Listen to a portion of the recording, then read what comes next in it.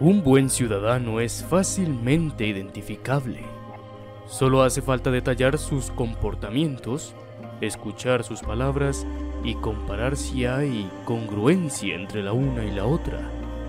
Indudablemente Colombia está llena de congruentes e incongruentes, pero es en los primeros en los que recae el bienestar de la nación. Aquellos hombres y mujeres que se levantan cada día a ayudar a sanar las heridas del pueblo. Pero hay quienes en esa ardua labor encontraron no solo resistencia, sino enemigos mortales. Hoy sabrás de 5 ciudadanos con un plan para nuestra nación que lamentablemente nunca se llevaron a cabo.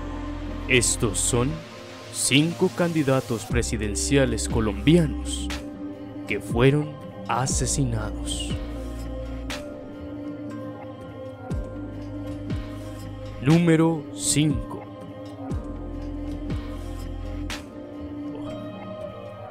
Rafael Uribe Uribe. Uribe Uribe fue más conocido por su ideario político a favor de la instauración de un socialismo de carácter corporativo y sindicalista. Uno de sus grandes aportes, junto con el también liberal Benjamín Herrera, fue la fundación de la Universidad Republicana, que más tarde se convertiría en la Universidad Libre de Colombia. Como político fue muy importante.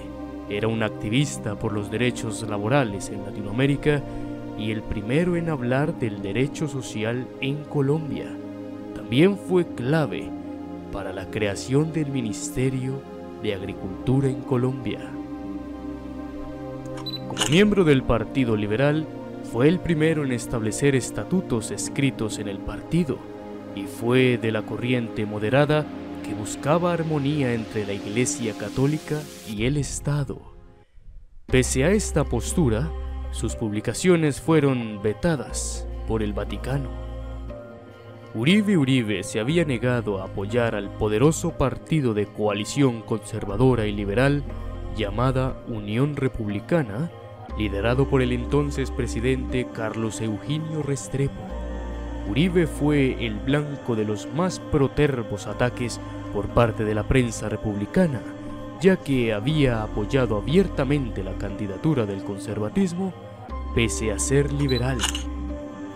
Después del triunfo del candidato conservador José Vicente Concha, el 8 de febrero de 1914, en las calles aparecieron avisos contra Uribe, a quien llamaban el cónsul del desprestigio. El 15 de octubre de 1914, Rafael Uribe Uribe caminaba por la Plaza de Bolívar hacia el Capitolio Nacional, sede del Congreso colombiano, llevando consigo un proyecto de ley para favorecer a los trabajadores colombianos, procurando por su protección en caso de accidentes laborales. Pero 2 humildes campesinos, llamados Leovigildo Galarza y Diego Cabarjal, que estaban en estado de embriaguez, en medio de su enajenación, decidieron dar muerte a Uribe, a quien culpaban de sus problemas económicos. Uribe fue herido de muerte y falleció horas después por las heridas que sufrió.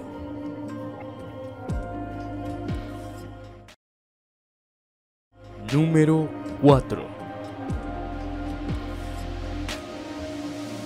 Jaime Pardo Leal. Jaime Pardo Leal fue un activo dirigente juvenil y militante de la Juventud Comunista Colombiana, o la JUCO.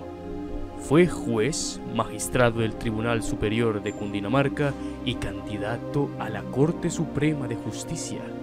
Fundador de la Asociación Nacional de Empleados en la rama judicial, organización sindical de la cual fue su primer presidente. Se caracterizaba por su humor y carácter extrovertido. Como miembro del Comité Central del Partido Comunista Colombiano, fue impulsor de la Unión Patriótica, de la cual fue primer candidato presidencial para las elecciones de 1986, logrando 328.000 votos, cifra récord para la izquierda colombiana de la época. Pardo Leal denunció alianzas de la clase política con el narcotráfico y el paramilitarismo, lo que fue su sentencia de muerte. El atentado a Jaime Pardo Leal ocurrió en la vereda Patio Bonito del municipio de Tena, después de pasar el domingo con su familia en su finca en La Mesa, localizado en Cundinamarca. Murió en el hospital de La Mesa a pocas horas del atentado, en la tarde del 11 de octubre de 1987. Este atentado se conoce como el siniestro plan por parte de sectores políticos en alianza con agentes de la seguridad del Estado, narcotraficantes y paramilitares para impedir el ascenso de movimientos de izquierda en la política colombiana.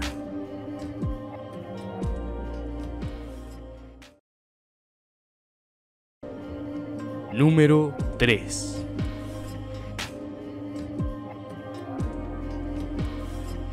Carlos Pizarro. Carlos Pizarro fue el máximo comandante del grupo guerrillero M-19 entre 1986 y 1990. Tras dejar las armas, firma la paz con el gobierno y se reintegra a la vida civil, siendo candidato presidencial por la Alianza Democrática M-19, movimiento político que surgió del grupo guerrillero M-19 tras su desmovilización. Tras el debilitamiento del M-19, Pizarro ordena el secuestro del líder conservador Álvaro Gómez Hurtado. Para la liberación de este, Pizarro presenta un pliego de 11 propuestas, entre ellas un cese al fuego, una cumbre de salvación nacional y una asamblea nacional constituyente. Así empezó a gestarse el proceso que condujo al M-19 a declinar las armas, siendo el propio Pizarro el que lideró todo el proceso. Su carisma era innegable, su liderazgo indiscutible. Pero el 26 de abril de 1990, Pizarro tomó un vuelo a Barranquilla durante la campaña presidencial, siendo acompañado por los escoltas proporcionados por el Departamento Administrativo de Seguridad, o el DAS.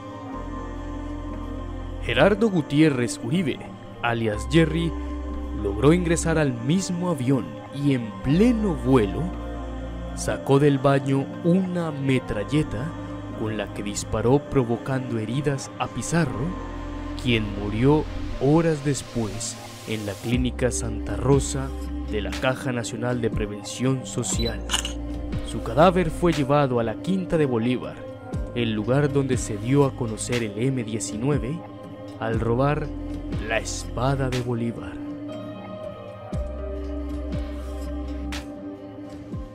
Hay una nueva nación que insurge, optimista, segura en sí misma, alegre,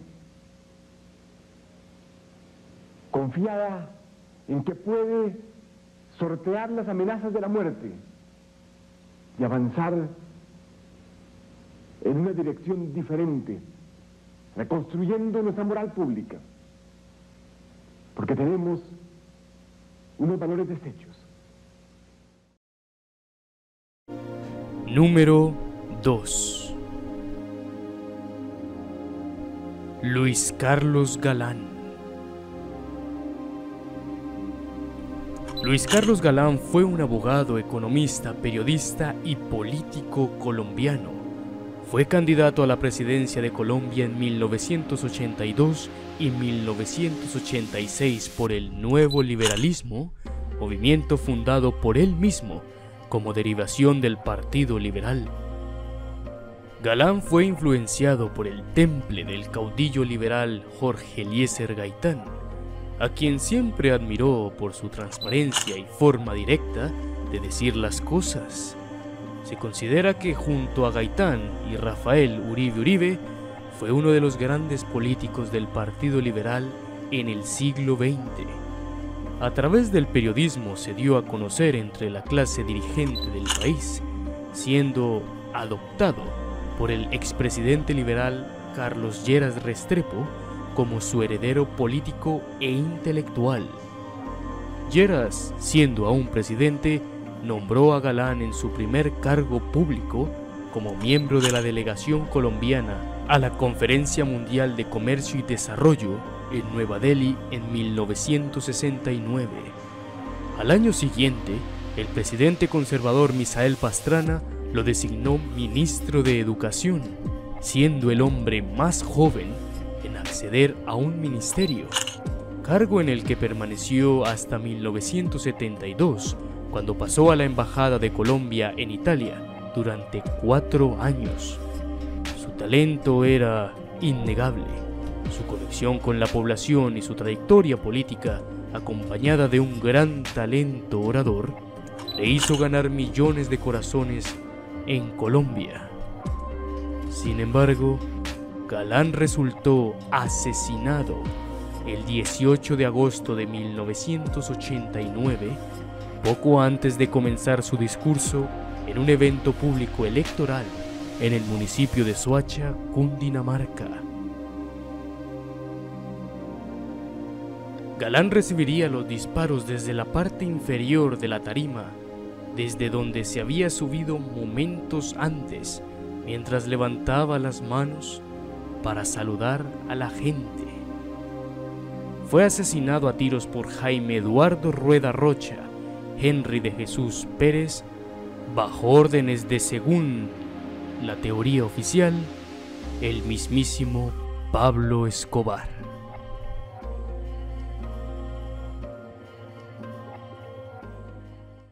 Los únicos enemigos son los que utilizan el terror, la violencia para callar al pueblo colombiano, para intimidarlo o para asesinarle a sus más importantes protagonistas.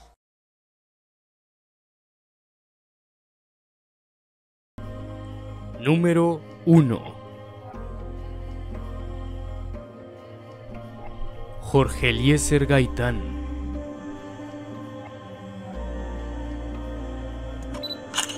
Jorge Eliezer Gaitán fue un jurista, escritor, profesor, orador y político colombiano, gran parte por el Partido Liberal. Era un ilustre egresado de la Facultad de Derecho de la Universidad Nacional Colombiana. Ejerció como alcalde de Bogotá en 1936 y fue titular en 2 ministerios, en el de Educación en 1940 y en el del Trabajo en 1944. También fue congresista entre los periodos de 1929 y 1948. Fue candidato presidencial disidente del Partido Liberal en las elecciones de 1946 y seguido de ello, por renuncia del sector del partido liderado por el expresidente Eduardo Santos, se vuelve jefe único de la agrupación, además que iba a ser el candidato oficial del partido para las elecciones presidenciales de 1950. Gaitán se forjó una reputación como orador y defensor de causas populares, que consolidó gracias a sus intervenciones en el debate sobre la masacre de las bananeras de 1928. Se le considera el político más influyente de Colombia a finales de los años 40 y es una de las figuras más importantes de la historia del país. El 8 de abril de 1948, tras defender hasta bien entrada la noche del teniente Cortés en los tribunales, Gaitán reposó y salió al mediodía del viernes 9. Un hombre, aparentemente Juan Roa Sierra u otros, lo esperaban en la entrada del edificio y le disparó con un revólver, causándole heridas mortales. Gaitán fue llevado a la clínica central, donde murió cerca de las 2 de la tarde.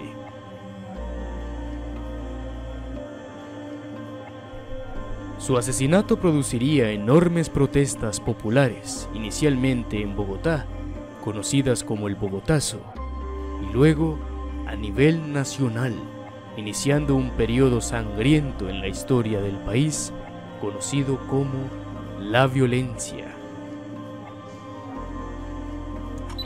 Las hipótesis sobre el crimen de Gaitán han mutado con el pasar de los años, desde la teoría del asesinato solitario hasta que fue producido por una conspiración internacional para evitar la llegada del socialismo al poder en Colombia.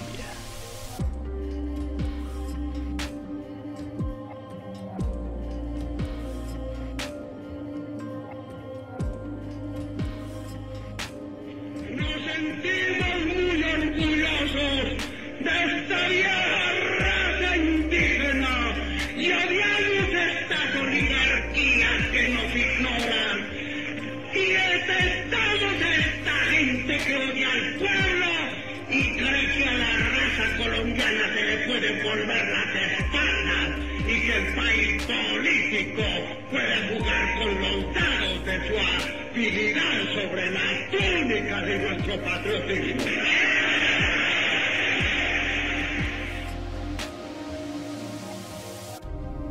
No nos hagamos los inocentes. La sangre de estos 5 hombres corren también por nuestras manos.